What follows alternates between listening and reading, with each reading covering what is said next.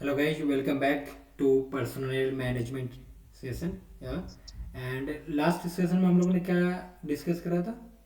तो हम लोगों ने डिस्कस करा था कि क्या इंटरनल सोर्सेस होते हैं जिसके थ्रू हम लोग क्या कर सकते हैं, रिक्रूटमेंट कर सकते हैं, है ना। तो आज हम लोग सेकेंड सोर्स जानेंगे जिसको हम लोग बोलते हैं एक्सटर्नल सोर्सेस। ठीक है, इंटरनल सोर्सेस तो हम लोगों ने पढ़ लिया था। अब हम लोग का कंसेप्ट समझना है कि एक्सटर्नल सोर्सेस क्या होते हैं रिक्रूटमेंट के। तो आप लोगों को जल्दी जल्दी मैं एक ओवरव्यू दे देता हूँ कि रिक्रूटमेंट क्या होता है। तो रिक्रूटमेंट एक ऐसा प्रोसेस या फिर एक ऐसा प्रक्रिया है जिसमें हम लोग क्या करते हैं, लोगों को इनवाइट करते हैं जॉब के लिए अप्लाई करने के लिए, जिसमें से हम लोग क्या करते हैं, उन सारे चुनिंदा लोगों को सिलेक्ट करते हैं जो कि हमारे उस जॉब के लिए क्वालिफाइड होते हैं और उनको नेक्स्ट नेक्स्ट फेज या फिर नेक्स्ट स्टेप में भेजते हैं जो कि हम लोग बोलते हैं सिलेक्शन प्रोसेस के लिए। ठीक है, तो ये होता है रिक्रूटमेंट के कंसेप्ट। अब उसके दो मेथड्स होते हैं, एक तो होता है इंटरनल सोर्स, सेकंड होता है एक्सटर्नल सोर्स। रिक्रूटमेंट के सोर्स होते हैं दो, एक internal source, second external source. फिर रिक्रूटमेंट के टेक्निक्स होते हैं या फिर मेथड्स होते हैं, ना, टेक्निक्स या फिर मेथड्स होते हैं जिसमें मैंने आप लोगों को बताया था कि एक तो मेथड हो जाता है टेक्निक में कि हम लोग एक प्लेटफॉर्म के थ्रू कर रहे हैं, दूसरा हमारे प्रिंट मीडिया के थ्रू कर रहे हैं या फिर टीवी चैनल्स के थ्रू कर रहे हैं या फिर पोस्टर बैलेट्स के थ्रू कर रहे हैं। ठीक। अब एक्सटर्नल सोर्सेज के रिक्रूटमेंट क्या होते हैं। तो इंटरनल सोर्स का मतलब हो जाता है कि वो एम्प्लॉयज या फिर वो सारे लोग जो कि कंपनी में पहले से ही काम कर रहे हैं या फिर उनके जानने वाले काम कर रहे हैं, तो उनके थ्रू लोगों को बुलाना और उन्हीं में से किसी को सिलेक्ट कर लेना, या फिर जो भी एग्जिस्टिंग लोग होंगे उनको क्या करना। हाँ जी, तो क्या बोल रहे थे आप। एक्सटर्नली होंगे, मतलब उनको हमने बता दिया कि ऐसे ऐसे है नीड, तो they contact their own personal level पे। हाँ, वेरी गुड। जैसे अपने फैमिली, अपने पेयर्स, अपने जानने वालों को बुला कर लाना, ये होते हैं इंटरनल लेवल के लोग, है ना। या फिर जो भी पहले फॉर्मर वहाँ पे एम्प्लॉय रह चुके होंगे, तो उन्हीं को फिर से बुला लेना कि चलो अभी आप यहाँ पे इस कंपनी के साथ बहुत साल तक जुड़े रहते हैं ना, तो आप भी क्या करते लो, अभी इस जॉब को अब 4-5 साल और हैंडल कर लो। ठीक है। और एक्सटर्नल सोर्स का मतलब क्या हो जाता है, एक्सटर्नल सोर्स एक ऐसा सोर्स है जो कि विद इन द ऑर्गेनाइजेशन नहीं होता, ये क्या होता है, आउटसाइड द ऑर्गेनाइजेशन। मान लो कि ये ऑर्गेनाइजेशन के अंदर के लोग हो गए, अब इनके थ्रू रिक्रूटमेंट नहीं हो रही, बाहर वाले लोगों के थ्रू रिक्रूटमेंट हो रही है। ठीक है, या फिर इनमें से किसी एक लोगों की रिक्रूटमेंट हो रही है। इंटरनल होता है मतलब अपनी कंपनी के अंदर से किसी एक की रिक्रूटमेंट कर देना। एक्सटर्नल का मतलब कि बाहर से लोगों को इन्वाइट करना और उनको रिक्रूट रिक्रूट करना, करना। है ना। तो यहाँ पे क्या कह रहा है कि internal source are not always sufficient to fill all vacancies arising in an enterprise. वही बता रहा है कि जब क्या हो जाता है, कई कई बार ऐसे सिचुएशन हो जाता है कि इंटरनल सोर्सेज के थ्रू भी हम लोग को वो सारे क्वालिफाइड लोग नहीं मिल पाते हैं जिनकी हम लोग को आवश्यकता है कि नहीं। तो हम लोग क्या करते हैं, फिर हम लोग एक्सटर्नल सोर्स को सिलेक्ट करते हैं। अब एक्सटर्नल सोर्स में कौन कौन से आ जाते हैं, तो सबसे पहला आता है हमारा प्लेसमेंट एजेंसीज। मैंने क्या बताया था, एक तो इंटरनल सोर्स, दूसरा एक्सटर्नल सोर्स। एक्सटर्नल सोर्स में सबसे पहले आ जाता है प्लेसमेंट एजेंसीज। अब प्लेसमेंट एजेंसीज मतलब वो सारी कंपनी जिनके पास लोगों के बहुत सारे कॉन्टैक्ट होते हैं, है ना। कि हमारे पास कि अगर आपके पास कोई जॉब होगा तो आप मुझे बताना, या फिर आप पे कोई भी लोगों का इंक्वायरी आएगी तो आप मुझे इन्फॉर्म कर देना, है ना। अब ये क्या करते हैं, एज अ मेडिएटर के तौर पे काम करते हैं, किन किन के बीच में, टू जनरल पब्लिक, है ना, और कंपनीज के बीच में। एम्प्लॉय। हाँ जी, हाँ जी, बिल्कुल सही बोल रहे हैं आप। अभी अभी ये इनका देखो ना, ये डुअल इनकम करते हैं, कंपनी से भी इनकम लेंगे और जो जो भी पर्सन का जॉब लगाएंगे उससे भी इनकम लेंगे। समझ रहे हो। कई कई बार हो जाते सिंगल इनकम, जैसे कि मान लो कि बस कंपनी को नीड था और तो उन्होंने अपने ही जानने वालों को लगा दिया, तो उस टाइम पे तो नहीं लेंगे, है ना, अपने लोगों से तो नहीं लेंगे ना वो। लेकिन जब उनके जानने वाले नहीं है कि नहीं, तो क्या करते हैं, ये डुअल इनकम जनरेट करते हैं प्लेसमेंट एजेंसीज। तो यहाँ पे क्या कह रहा है, पब्लिक एंड प्राइवेट प्लेसमेंट और employment agencies are important role in supplying suitable employ, ये ग्रामेटिकली रॉन्ग है यहाँ पे, है ना, plays important role in supplying suitable employ होएगा, है कि नहीं। तो यहाँ पे क्या बता रहा है कि they facilitate recruitment technical and professional personal, ठीक है, हम्म, यहाँ पे थ्रू होना चाहिए, कुछ ये एरर से इनको आप लोग वो कर दो, है ना, कि मतलब ये क्या करते हैं रिक्रूटमेंट को दोनों तौर पे, कि लोगों को टेक्निकल तौर पे कि उनको टेक्नोलॉजी के कितना नॉलेज है, आर्टिफिशियल इंटेलिजेंस का कितना नॉलेज है कि नहीं, कि कंप्यूटर का क्या नॉलेज है, उनको प्रेजेंटेशन की स्किल्स है कि नहीं है। फिर प्रोफेशनल पर्सनल का मतलब हो जाता है कि उनके पास क्या एजुकेशन है, क्या स्किल सेट्स है, कितने एक्सपीरियंस है उनपे, है कि नहीं, कहाँ पे किस फील्ड से वो किस बैकग्राउंड से आ रहे हैं, ये सारी चीज़ें, ठीक है। तो ये सारी चीज़ों का ये क्या करते हैं प्लेसमेंट एजेंसीज इंफॉर्मेशन पहले जनरल पब्लिक से कलेक्ट करते हैं, फिर कंपनी से कलेक्ट करते हैं कि उनको क्या क्या नीड है। अब जो भी इनके नीड को मैच करता है, देखो यहाँ पे भी बोल रहा है कि जो भी क्लाइंट्स के नीड को मैच करता है, इन लोगों को क्या बता देते हैं कि आप इस कंपनी में अप्लाई करो या फिर आप इन सारे लोगों को हायर करो, ठीक। तो ओके उन्हीं सारे लोगों को क्या करते हैं टेस्टिंग करते हैं, एग्जामिनेशन लेते हैं और उनसे फिल कराते हैं फॉर्म, और लास्ट में उनके क्या क्या करते हैं भेजते हैं प्लेसमेंट के लिए, समझ रहे हो। हम्म अब यहाँ पे section 4 of the employment exchange act 1959 के तहत पे, है कि नहीं, कि ये कंपलसरी नोटिफिकेशन होता है वैकेंसीज के लिए, और ये सारी एम्प्लॉयमेंट एक्सचेंज जितनी भी होती है उन्हीं के पास ये सारे नोटिफिकेशंस रहते हैं। पहले के टाइम में अभी तो चेंज हो गया, अब तो लोग ऑनलाइन के थ्रू पे भी क्या करते हैं कहीं भी अप्लाई कर देते हैं। लेकिन अगर जेन्युइन मेथड से जाए तो एम्प्लॉयमेंट एक्सचेंज वाले कंपनी के पास ही क्या रहेगा सारे कंपनीज के वैकेंसीज के डिटेल रहेंगे, और यही क्या करेंगे ओपनिंग करेंगे मार्केट में, और यही रिक्रूटमेंट प्रोसेस के लिए भी लोगों को भी मोटिवेट करेंगे अप्लाई करने के लिए, समझ गए। ओके ऑल राइट, नेक्स्ट एक तो सेशन बता दिया आपको प्लेसमेंट एजेंसी। दूसरा हो गया कॉलेजेस जहाँ या फिर एजुकेशनल या फिर इंस्टीट्यूशन, जहाँ पे क्या करते हैं बच्चे जाते हैं, उनको कॉलेजेज स्किल्स सिखाते हैं, और वहाँ पे बहुत सारी कंपनियों के साथ उनका टाई अप रहता है। तभी हम लोग सुनते हैं 100% placement rate, 90% placement rate, highest packages, ये क्यों मिलते हैं, क्योंकि उन सारे कंपनीज के साथ इन कॉलेजेज या फिर इंस्टीट्यूशन का टाई अप रहता है कि नहीं। तो जो भी वहाँ से बच्चे निकले तो वो पहले ही बता देते कि ये हमारे होनहार बच्चे हैं, ये इन्हीं बच्चों में से आप एक किसी को भी इंटरव्यू लेकर सिलेक्ट करो, है कि नहीं। वो भी बदनामी नहीं कराते अपने कॉलेज की, क्योंकि कंपनी के साथ उनका भी एक टाइप रहता है। और कॉलेज वाले क्या करते हैं जो भी बच्चे का प्लेसमेंट होता है ना, उनसे सर्टेन परसेंटेज बच्चों को नहीं पता होता है, वो कंपनी से लेते, लेकिन कंपनी वाले अपने पॉकेट से नहीं देते, वो कट करते हैं किन से, जो भी बच्चों का प्लेसमेंट हो रहा है उन्हीं के, जो भी मान लो कि किसी का 24 लाख का पैकेज लग गया, ओके है ना, पर एनएम का मतलब कि पर मंथ कितना हुआ 2 लाख, लाख है ना। अब हमारा ये क्या बताते हैं इनकम टैक्स का रूल क्या कहता है कि किसी भी इंसान का 3 लाख से ऊपर इनकम होगा तो वो कहाँ पे आ जाएगा, इनकम टैक्स के उस पे आ जाएगा, तो उसको आईटीआर फिल करना पड़ेगा, है ना। अब ये क्या कर रहा है, कितना जनरेट कर रहा है 24 लाख, तो 3 लाख से 10 लाख, फिर 10 लाख से 50 लाख, जो भी उनका सेशन होगा, है कि नहीं। तो उसके हिसाब से क्या करना पड़ेगा, इसको टैक्स तो पे करना पड़ेगा। उसके बाद इसको सेल्स टैक्स भी पे करना पड़ता है ना, जो कि एक्स्ट्रा चार्जेज होते हैं, क्योंकि ये नॉर्मल लोगों से ज़्यादा इनकम कर रहा है, इसलिए कि ये क्या करेगा 30% एक्स्ट्रा चार्जेस पे करेगा, समझ लो। ये क्राइटेरिया है, अगर हमारे पास टाइम होगा तो ये मैं आपको फिर अलग से समझा दूंगा कि कैसे टैक्सेस लगते हैं, ठीक है। ठीक है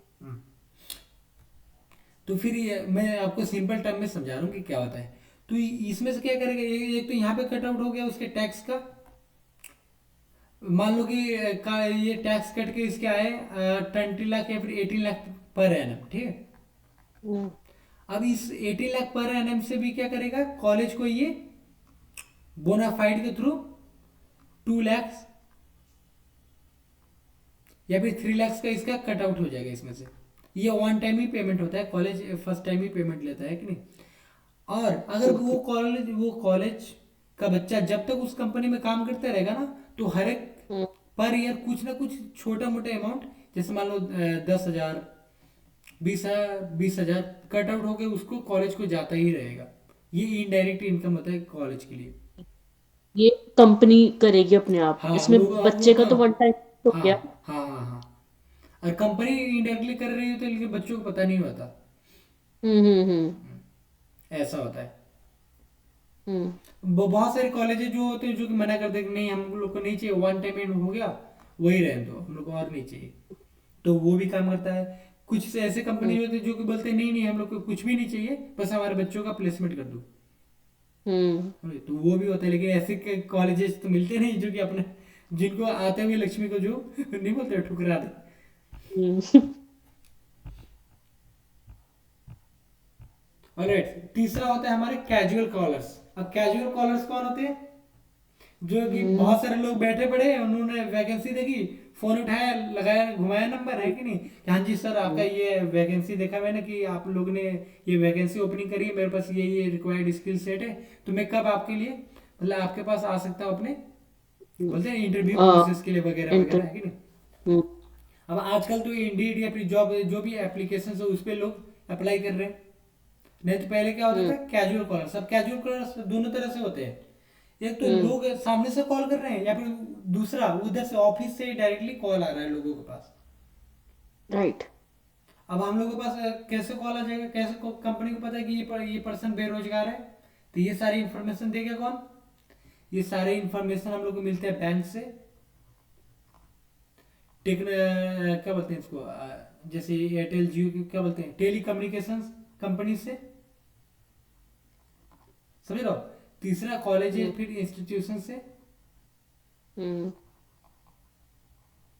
ये सारे देंगे किसको? तो एम्प्लॉयमेंट एक्सचेंज बताया था ना आपको, उन लोगों हम्म। को। नहीं तो आप लोग भी कभी सोचो कि आप लोगों को कॉल आ जाता है कि आप लोग कि क्या आप लोग ये पे अप्लाई करना चाहोगे, मतलब अभी तो नहीं हम्म। आता होगा क्योंकि अभी ये सारे ऐप्स आ गए, इंडीड वगैरह आ गए, है कि नहीं। नहीं तो पहले के टाइम में क्या होता था, लोगों को कॉल्स आ जाते थे, हम्म। समझे ना। सर ये सबसे पहले जो आपने लिखा है बैंक है ना, बैंक। हाँ जी जी, बैंक्स। बैंक को कैसे पता अनएम्प्लॉयमेंट के अकाउंट है पर उसमें कुछ अमाउंट आ नहीं हाँ रहा। जी हाँ जी बिल्कुल। नहीं तो ये अगर हर एक मंथ पर मंथ उसका फिक्स्ड अमाउंट आ रहा, मतलब क्या है, वो वर्किंग पर्सन है। राइट राइट, ठीक है। और ये जितने भी ये इंस्टीट्यूशन या फिर ऑर्गेनाइजेशन ये भी क्या करते हैं, सर्टेन परसेंटेज लेते हैं अपना। हम्म। तीसरा, गेट रिक्रूटमेंट। अब गेट रिक्रूटमेंट का मतलब क्या होता है? अम, इन्होंने मतलब नोटिफिकेशन निकाला है कुछ, उसको देख के। मतलब ये सिंपल टर्म में है कि जैसे कि मान लो कि मैंने अपने मेरे एम्प्लॉय जो थे वो बहुत मेहनत से काम कर रहे हैं, हम लोगों का एक प्रोजेक्ट था वो बहुत ज़्यादा सक्सेसफुल हो गया। तो मैंने क्या क्या दे दिया, एक मंथ तो मत बोलो, 1 वीक के लिए मैंने क्या कर दिया, सब अपने एम्प्लॉयज को क्या बोल दिया कि आप लोग छुट्टी पे जाओ, आप लोग के बदले कोई लोग उसके आप लोग के बदले काम तो करेगा, लेकिन 1 वीक के बाद आप लोग आगे रिज्वाइन कर लेना, है कि नहीं। ओके, अब हाँ 1 वीक के ठीक लिए है। अपनी कंपनी तो बंद नहीं करेगी, है ना, अपना हम्म। प्रोडक्शन तो बंद नहीं करेगा ना कंपनी। तो वो क्या करते हैं, वहां पे उनके जगह पे एक सब्सटीट्यूट 1 वीक के लिए भी हो सकता है, 1 मंथ के लिए भी हो सकता है कि नहीं। वो डिफर करता है कि किस किस पोजीशन के लिए है, या फिर कितने दिन का टाइम लिमिट है ये, है कि नहीं। तो क्या करते हैं उसको हम लोग यहाँ पे भी देखो, यहाँ पे भी वही बोल रहा है कि बदली बदली बोलते हैं यहाँ पे सब्सटीट्यूट वर्कर्स। तो गेट हम्म। रिक्रूटमेंट का मतलब क्या हो जाता है कि लोगों को सामने से बुलाकर और उनका पहले ही बता दें कि इतने टाइम लिमिट के लिए आप हो, यहाँ पे काम करो, आराम से काम करो। और अगर उसमें से कोई भी नहीं बोलते कि बहुत ही अच्छा निकल गया, तो उसमें से भी किसी किसी को रिक्रूट भी कर लेते हैं, हम्म। समझ लो। हम्म। तो देखो यहाँ पे भी बोल रहा है, पहले तो बदली सब्सटीट्यूट वर्कर के लिए बुलाया था, लेकिन उसी में से भी किसी न किसी को फिल परमानेंट वैकेंसीज के लिए भी फिल कर लिए। देखा, हम्म। अच्छा ये तो बहुत अच्छा आउटपुट दे रहा है, तो जो भी वहां पे हम्म। पुअर आउटपुट दे रहा होगा ना, उसको ये लोग क्या कर देंगे, एक्सचेंज कर देंगे। हम्म। ठीक है। उसी तरह आता है मेल एप्लीकेंट से। अब ये सारे हमारे डिजिटल डिजिटल मेथड्स आ गए हैं कि नहीं, इलेक्ट्रॉनिक मेल के थ्रू हम लोग को अभी भी आते रहते हैं ना हम्म। कि अप्लाई करो इस जॉब के लिए, यहाँ पे ये ओपनिंग है, रिमोट करो, रिमोट वर्क है कि नहीं, कि वर्क फ्रॉम होम आ रहा है, ऐसे सारे लोगों को आते हैं। अब उनको कैसे पता है कि आप लोग स्किल्ड हो कि नहीं हो, उनका उनके पास आपके मेल्स कैसे चले जाते हैं? तो जो मेल कंपनी है कौन है, गूगल, ये हमारे डेटा को या क्या करता है, सेल करता है। ओके। समझ रहे हो? अब ये किसको सेल करेगा, ये सारी कंपनी को तो टुकड़े टुकड़े में थोड़ी सेल करने जाएगा, ये डायरेक्टली सेल कर देगा किसको, एम्प्लॉयमेंट एक्सचेंज को। ओके, फिर वहां से हाँ, ये लोग क्या जाएंगे। करेंगे, डिस्ट्रीब्यूट करेंगे कंपनीज को, और वहां से अपने कटआउट लेते जाएंगे। ओके।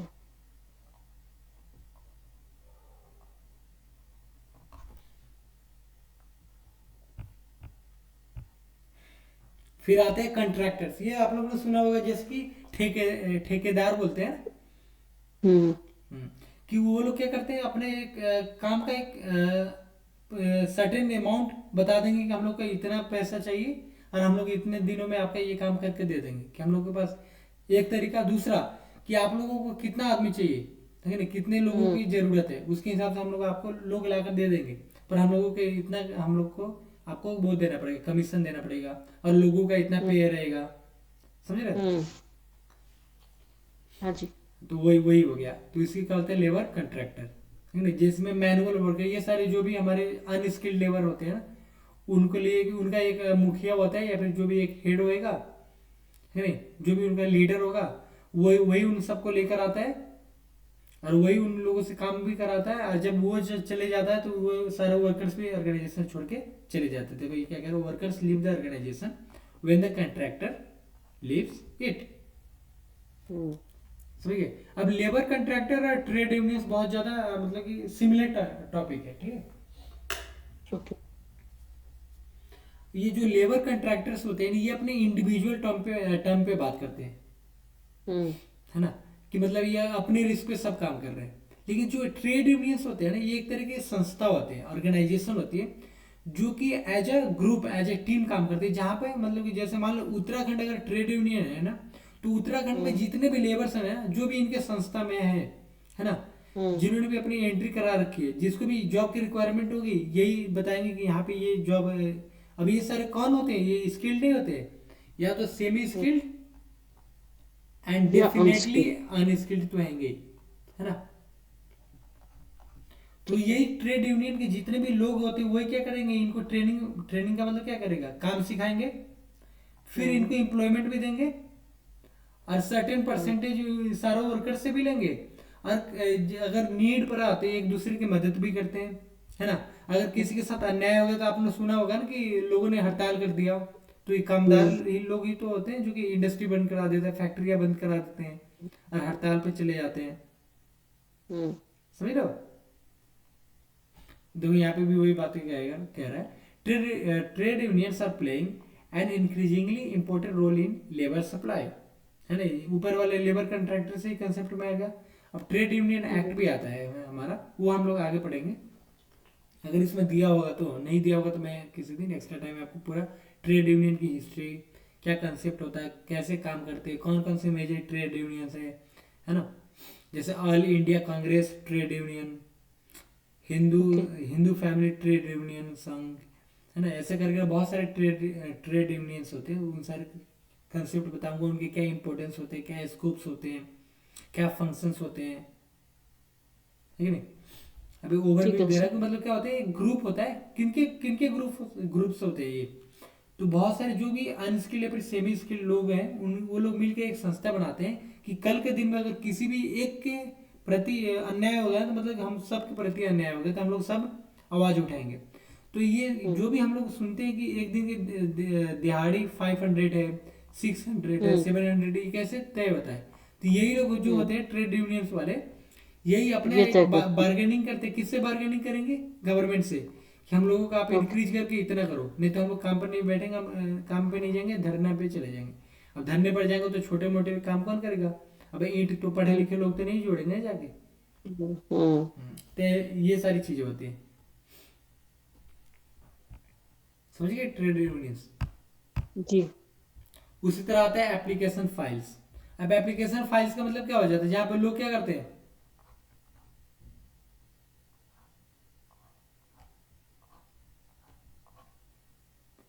अपने चीज़ों को फिल्टर करते हैं। मैंने क्या बताया था कि फिल्ट्रेशन करना। फिल्टर कैसे करते हैं कि उनकी स्किल्स देखेंगे, उनके एजुकेशन का लेवल देखेंगे, क्योंकि उनके पास क्या है, फॉर्म तो है, सारे फॉर्म्स को क्या कर लिया है उन्होंने, कलेक्ट कर लिया है कि नहीं, फिल करा के क्या कर लिया, कलेक्ट कर लिया फॉर्म्स। अब इसमें से क्या करेंगे, इनको फिल्टर करेंगे। फिल्टर क्या करेंगे कि जो हम लोग की रिक्वायरमेंट है एजुकेशन की,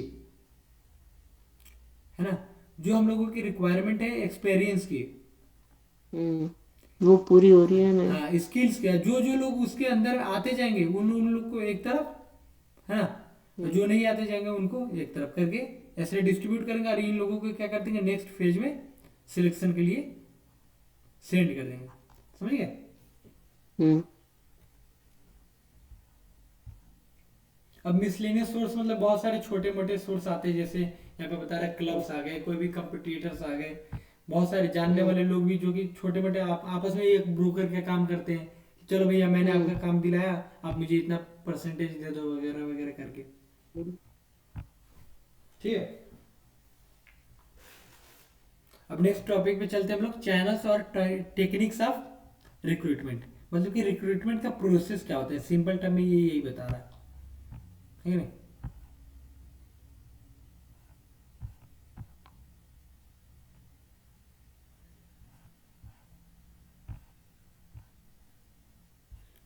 तो इसको ये बहुत ही लेंदी टॉपिक तो यहाँ पे दिया हुआ है, इसको सिंपल टर्म में समझ में जाए चाहे तो वो भी समझ सकते हैं, लेकिन हम लोग इसको इसी के हिसाब से समझेंगे कि किस किस मेथड से, या फिर किस, अभी अभी तक हम लोग क्या पढ़ रहे थे कि सोर्स ऑफ रिक्रूटमेंट, कि कहाँ कहाँ से हम लोग रिक्रूटमेंट करते हैं।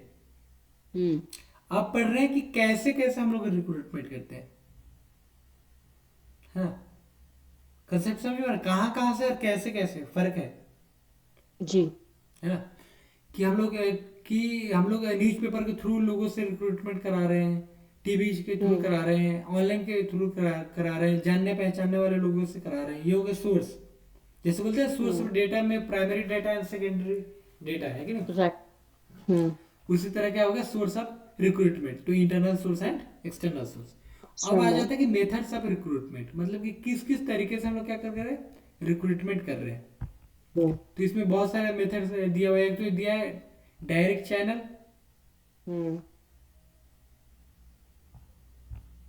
उसके बाद सेकेंड में क्या दिया हुआ है, इनडायरेक्ट होगा नहीं। होना तो वही चाहिए, देखते हैं क्या दिया हुआ है, हाँ इनडायरेक्ट ही है ना।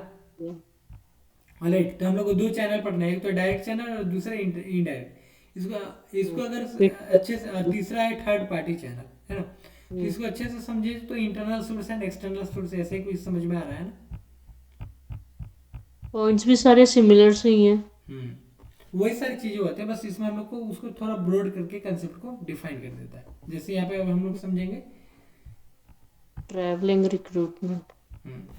पहले तो हम लोग यहाँ पे समझेंगे कि ये चैनल ऑफ रिक्रूटमेंट होता है क्या है, या फिर मेथड्स ऑफ रिक्रूटमेंट क्या होता है।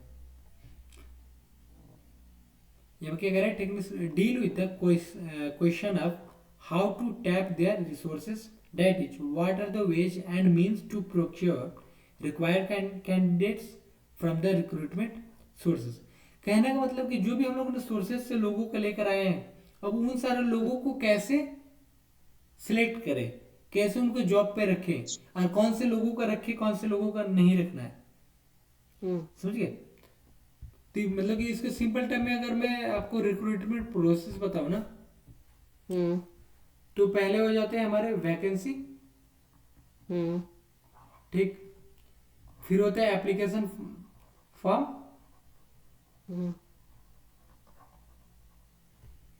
फिर आता है फॉर्म फिल्ट्रेशन,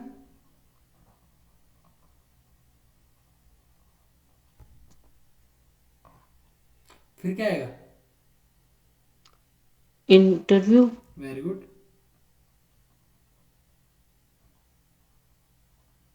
पर इंटरव्यू से पहले वो लोग क्या करा लेते हैं, इंटरव्यू तो लास्ट में होता है ना, जीडी, अच्छा एप्टीट्यूड हाँ, टेस्ट, एप टेस्ट। इसके बाद क्या करेंगे, इंटरव्यू, और फिर लास्ट में क्या कर देते हैं, हमारे ट्रेनिंग एंड इंडक्शन करेंगे।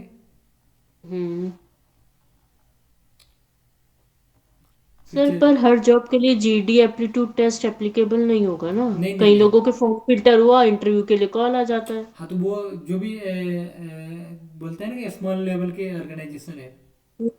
उसमें रहता है, हम्म। राइट। अब पर जो भी बड़ों लार्ज में नहीं। ऑर्गेनाइजेशन उनको वो तो ऐसे तो किसी को भी नहीं रख लेंगे ना, क्योंकि नहीं सर, अभी उनके पैकेजेस भी होते हैं ना 10 lakh. You are right.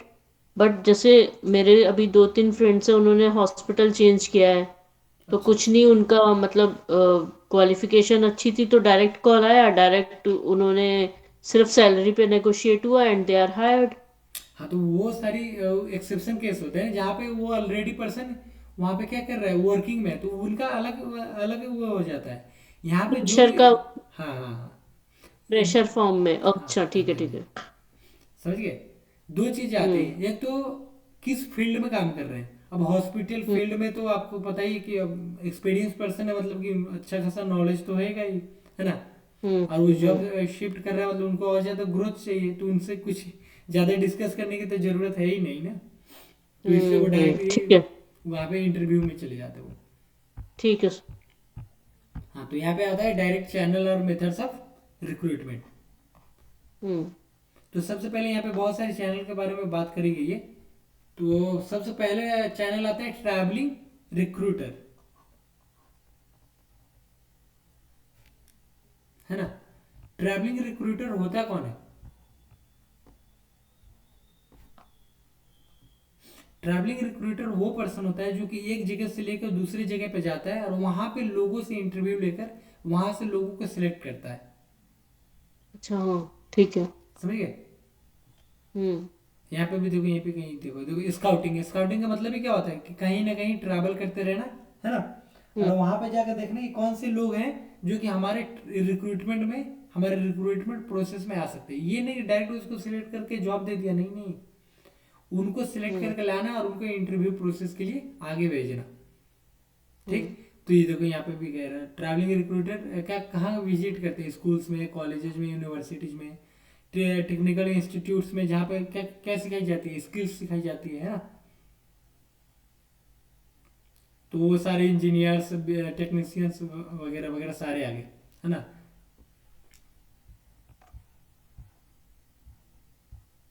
So this method is therefore also called campus interview techniques, है ना। जैसे कैंपस में भी प्लेसमेंट के लिए आते हैं, तो वो सारे कौन व्यक्ति होते हैं, कौन सारे लोग होते हैं, वो होते हैं ट्रैवलिंग रिक्रूटर।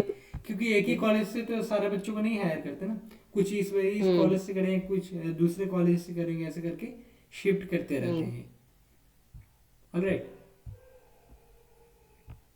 फिर दूसरा आ जाता है, एक तो हो गया चैनल अप या फिर टेक्निक अप रिक्रूटमेंट में। पहला तो किसी भी व्यक्ति को भेज दो जो कि हर एक जगह जगह पर जा जाके वहां से लोगों को सेलेक्ट करके लाए। दूसरा इंटर्नशिप प्रोग्राम चला दो।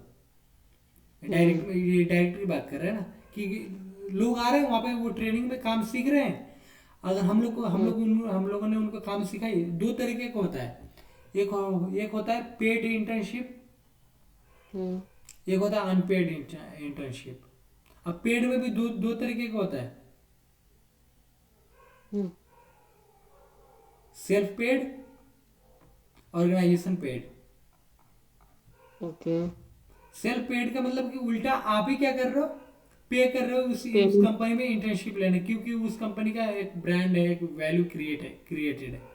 ठीक। कंसेप्ट समझ रहे हो। जैसे कि मान लो कोई भी हम्म एक ए नाम का हॉस्पिटल है, वहां पर किसी को भी हम्म नर्सिंग के लिए, है ना, कोई भी नर्स है, वो वहां पे वो क्या करना चाहती है, इंटर्नशिप करना चाहती है।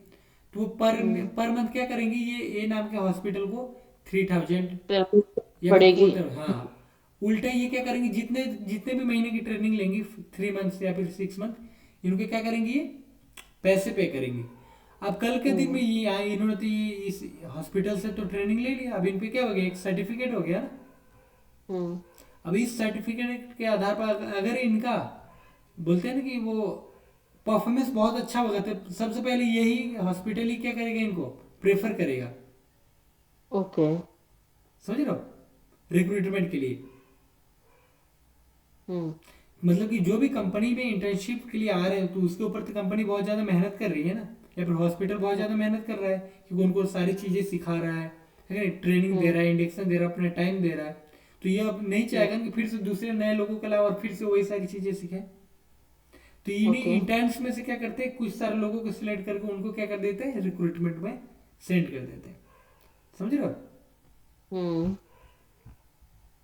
तो यहाँ पे भी देखो, internship means a course of training in an industry or establishment of undergone in pursuance of a contract of internship, जिसको हम लोग अप्रेंटिसशिप भी बोलते हैं कि नहीं। हम्म। अभी जो इंटर्नी होता है वो क्या करता है, इंटर्नशिप तो ले रहा है और उसको क्या मिल रही है, वो सारी कंपनी के बारे में इंफॉर्मेशन मिल रही है, कैसे काम होते हैं वो सारी चीज़ें वो सीख रहे हैं।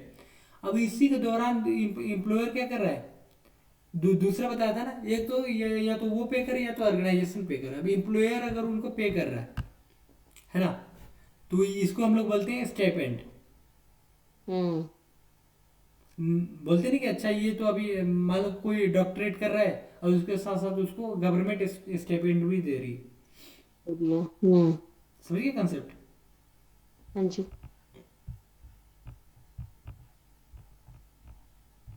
तो ऐसे लोगों को क्या करना, इंटर्नशिप देना और उन्हीं में से किसी को रिक्रूट कर लेना। समझ गए? तो हम्म। ऐसा नहीं कि उन पे दो या फिर चार ही लोग इंटर्नशिप के लिए आते हैं, बहुत सारे कॉलेजेज हैं, हजारों बच्चे अप्लाई करते रहते हैं इंटर्नशिप के लिए, है ना। वहीं से वो लोग सिलेक्ट हम्म। करके रिक्रूटमेंट में भी सेंड कर देते हैं। तीसरा हम्म। आता है डायरेक्ट, जैसे कि आपने बोला था ना, वॉक इन इंटरव्यू, क्योंकि उनके जो भी एक्सपीरियंस है ना, नॉलेज है, वो हमारे चीज़ों से बहुत ज़्यादा आगे है, इसलिए हम लोग उनसे ज़्यादा इंक्वायरी ही नहीं करते, डायरेक्ट बोलते हैं अच्छा आप आ जाओ डायरेक्ट। जैसे आपने बताया फ़ोन पे कॉल हुआ, कॉल पे बात करी, फिल्टर हम्म। करा और डायरेक्ट वॉक इन इंटरव्यू के लिए बुला लिया। उसमें जो भी छोटे मोटे चीज़ों पे क्या करते हैं वो डिस्कस करते हैं, जैसे आपने बात करी सैलरी वगैरह पे, या फिर जो भी उनका इंटरेस्ट है, या फिर जो भी उनकी एक्सपेक्टेशन है उसके ऊपर। तो इसको बोलते हैं हम लोग walk in interview inter. Recruitment process. समझ गया? हम्म।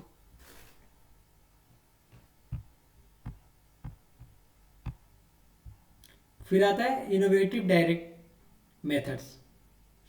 अब ये हम्म। इनोवेटिव डायरेक्ट मेथड्स का मतलब ये जो मेथड्स है, इनको और ज़्यादा हम लोग क्या कर सकते हैं, और ज़्यादा अच्छे से कैसे कर सकते हैं डायरेक्ट मेथड से रिक्रूटमेंट, तो टेली रिक्रूटिंग या फिर टेली कॉलिंग के थ्रू, है ना। टेली रिक्रूटिंग का मतलब ही क्या होता है, एचआर वहाँ पे बैठे रहते हैं, वो डायरेक्ट कॉल करते हैं लोगों से, कुछ क्वेश्चन करते हैं और वहीं से सिलेक्ट कर लेते हैं। जैसे कि अभी हम लोगों ने डिस्कस किया था कि आपके फ्रेंड्स जो थे वो सिलेक्ट हो गए थे, है ना। हम्म। दूसरा ठीक डायरेक्ट है। मेल के थ्रू मेल करा, लोगों को पसंद आया, उनसे उनका वो एप्लीकेशन का वो आया, क्या बोलते हैं, रिप्लाई आया, अच्छा कि हाँ हम लोग इंटरेस्टेड है, तो आप लोग क्या टाइम एंड वेन्यू बता देते हो, अच्छा आप आ जाओ यहाँ पे रिक्रूटमेंट के लिए। ओके। ठीक है। तीसरा आ जाता है पोस्टेड या फिर मैसेजेस भेजना। समझ रहे हो? हम्म। और किनको भेजना, तो जो भी हमारे कस्टमर्स है ना, तो आपको लग रहा है अच्छा ये बहुत ही अच्छे पोटेंशियल हमारे एम्प्लॉय भी बन जाते हैं। जैसे कि मान लो कि कोई कस्टमर आप पे आपके शॉप पे डेली आ रहा है ना, और वो हम्म। आपको बहुत ही ज़्यादा नए नए आइडियाज दे रहा है कि आप इसको यहाँ पे ऐसे कर सकते हो, वहाँ पे वैसे कर सकते हो। तो कल के दिन में कभी हो ना, मतलब ये हाइपोथेटिकल सीनरी बता रहा हूँ, कि वहाँ पे मार्केटिंग या फिर कंपनी वाले ही विजिट पे आ गए, तो बोलेंगे, तो हम्म। वहाँ पे ये उनको बताएगा कि आप लोग इस प्रोडक्ट में ऐसे ऐसे चेंज करो। मेरे एक कस्टमर है, उनका ये जो विजन है ना वो बहुत ही काफ़ी क्लियर है, तो वो क्या बोलेंगे, हम्म। कंपनी वाले आपको अप्रोच कर सकते हैं कि अच्छा आप बताओ कि आप ही क्यों नहीं आ जाते हमारे साथ कंपनी में, है कि नहीं। हम लोग वहाँ पे इंस्ट्रक्ट हम्म। करो, आपको हम लोग अच्छा पे भी कर देंगे। समझ रहे हो? हम्म। तो इसके बोलते हैं पॉइंट ऑफ सेल रिक्रूटिंग या फिर at the counter recruiting. Okay. उसी तरह आता है टैलेंट स्काउट कार्ड्स। अब टैलेंट स्काउट्स कार्ड्स क्या होता है, कि जो भी मैनेजर्स होते हैं ना किसी भी कंपनी के, तो वो क्या होते हैं, बहुत ही अलग अलग कंपनी के मैनेजर्स से जान पहचान होती है। क्यों जान पहचान होती है, क्योंकि उनका एक तो कंपटीटर्स होते हैं, दूसरी उनके एनुअल मीटिंग होते रहती है। जो भी बड़ी हम्म। बड़ी कंपनीज है उन सब के मालिक एक दूसरे को जानते रहते हैं, चाहे हम्म। इंस्टीट्यूशन हो चाहे हॉस्पिटल्स हो, उन सब के क्या होती है, एक संस्था होती है जहाँ पे वो लोग सब जाकर मीटिंग करते ही करते हैं। समझिए? और राइट। वहीं से क्या करते हैं ये लोग, सारा अपने डिस्कशन करके प्लानिंग करके क्या करते हैं, एक कार्ड अप्लाई कर देते हैं जहाँ पे वो क्या कर पाए, किसी भी कस्टमर को या फिर किसी भी स्टाफ को वहां से क्या कर पाए, स्काउट कर पाए। स्काउट का मतलब क्या होता है, छान पाए या फिर बीन पाए, है कि नहीं। जैसे मान लो कि कोई भी कंपनी का मैनेजर आया था, और ये बड़े कंपनी का मालिक भी वहां पे बैठा, तो उसने देखा ये हमारा पोटेंशियल इस पोस्ट के लिए अच्छा हो सकता है, तो उसी को क्यों ना हम लोग अप्रोच कर दे। ये एक तरीका होगा। दूसरा, मैनेजर्स मैनेजर्स की मीटिंग्स हो रही थी, है ना। अब मैनेजर ने बताया कि मेरे पास एक क्लाइंट है, वो हमारे इस पोजीशन के लिए मतलब मेरे क्लाइंट के जानने वाले, वो इस पोजीशन के लिए अच्छा हो सकते हैं, है ना। दूसरा हो सकता है कि मेरा एक एम्प्लॉई है, मेरा जूनियर है, वो भी बहुत अच्छा है, तो उसके भी आप लोग ये अप्रोच कर सकते हो। ऐसे करके टैलेंट स्काउट्स आपस में डिस्कस करके वो लोग क्या करते हैं, इनवाइट करके रिक्रूटमेंट करते हैं। समझ गए। अब ऐसे ये बहुत ही अलग अलग आते हैं, डूअर एंगर्स आते हैं, पोस्टर्स आते हैं, उतने डिटेल में नहीं जाएंगे हम, है ना। सिंपल टर्म्स है ये सारे।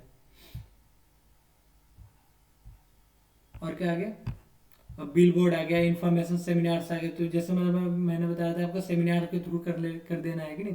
सेमिनार्स में ही जॉब हंटिंग स्किल्स के लिए लोगों को ट्रेनिंग दे रहे हैं, और वहीं पे कोई बहुत अच्छा, जैसे नहीं बोलते, जो रनर अप हो गया या फिर विनर हो गया, तो जैसे मान लो कि बिग बॉस होता है, वहाँ पे जो भी रनर अप या फिर विनर होता है, उनको क्या कहते हैं, डायरेक्टर्स एंड प्रोड्यूसर अप्रोच करते हैं फिल्म्स बनाने के लिए। समझे ना। हाँ जी। उसी तरह आ जाएगा हमारा मिसलेनियस डायरेक्ट मेथड्स।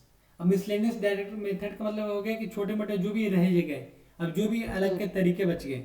अब कैसे तरीके बच गए, जैसे कैंपिंग करा लेना, है कि नहीं, लोगों को मार्केट में कोई शो करा देना, है ना, एनुअल मीटिंग्स करा देना, कोई फेयर करा देना, समझ लो, कोई इवेंट करा देना, वहां से लोगों को हायर कर लेना।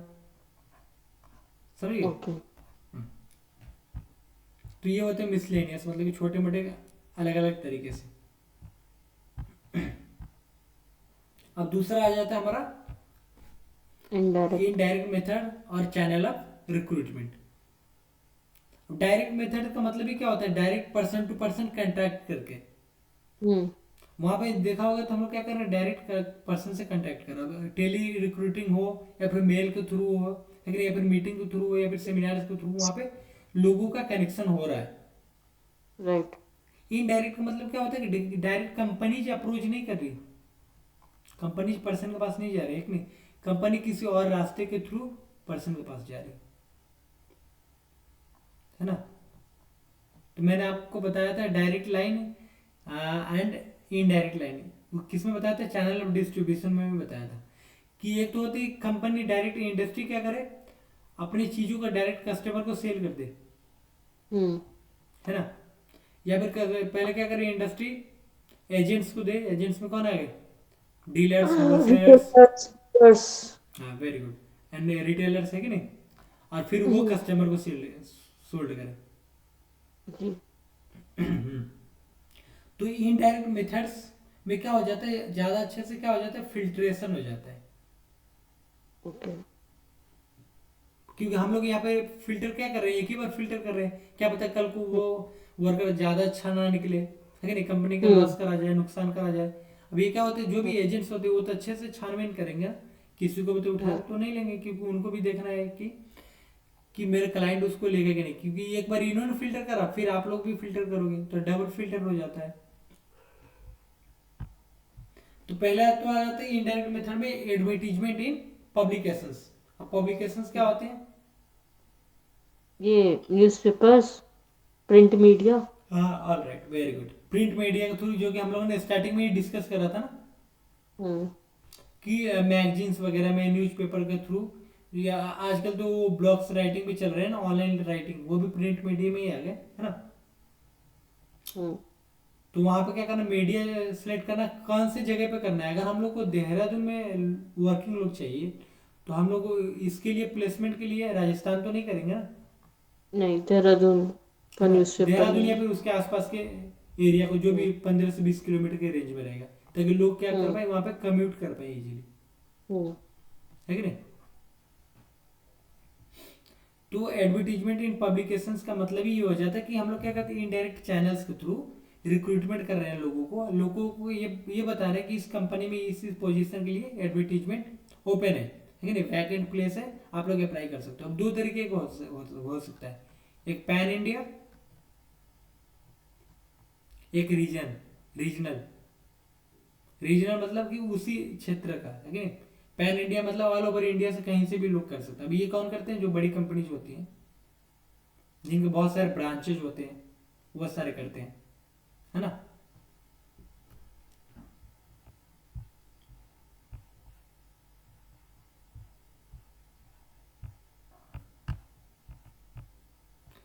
बी।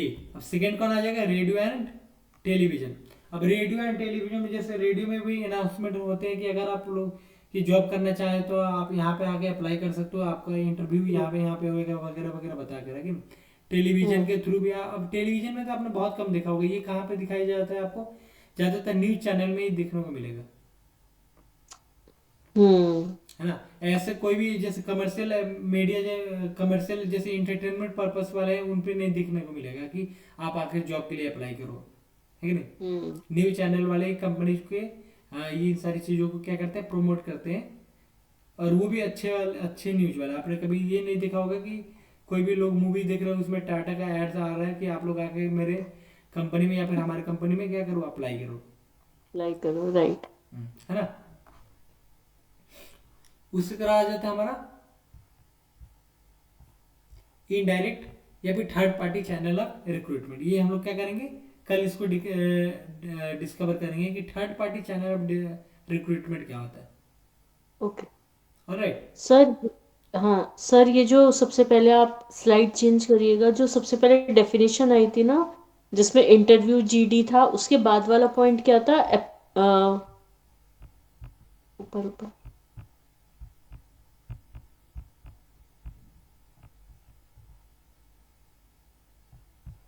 सर, और ऊपर ऊपर सर, फर्स्ट। हाँ, ये सर, जहाँ जीडी था। मैंने लिखा था या फिर यहाँ पे लिखा हुआ था? आपने अभी वो समझा रहे थे ना, जिसमें मैंने बोला इंटरव्यू जीडी की जरूरत नहीं होती, वो कहाँ अच्छा, गया? डायरेक्ट वॉक इन इंटरव्यू जिसमें हो जाते हैं, हाँ हाँ, ये वाला। ये रहा। हाँ जी सर, इसमें क्या था, ये लास्ट पॉइंट क्या था ये? जीडी या फिर एप्टीट्यूड टेस्ट होते हैं, उसके बाद वो इंटरव्यू के लिए जाते हैं, फिर ये उनकी नहीं, ये इंडक्शन एंड ट्रेनिंग, और लास्ट में होता है उनका प्लेसमेंट, और उसके बाद हो जाता है उनका रेन्यूमरेशन, ट्रेनिंग। अच्छा, है ना। ट्रेनिंग के बाद प्लेसमेंट, उसके बाद रेन्यूमरेशन रेमुनेशन। मतलब कि उनकी ठीक। सैलरी वगैरह, है ना।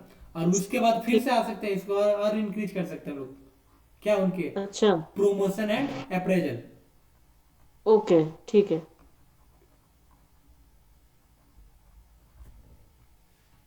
समझ गए। हम्म अब ये सारा प्रोसेस ये क्या है, ये फॉलोइंग प्रोसेस है कि नहीं, ऑन गोइंग कंटिन्यूअस प्रोसेस। उसके बाद फिर से आ जाता है फॉलोअप। फॉलोअप का मतलब कि आप फिर से अगले साल फिर से नए एम्प्लॉयज के लिए। तो इसके लिए हायरिंग स्टार्ट होगी। हाँ जी, समझ में आ गया ओके। कंसेप्ट। हाँ जी, हाँ जी। ठीक ओके, है। ऑल राइट है। Okay, thank you sir.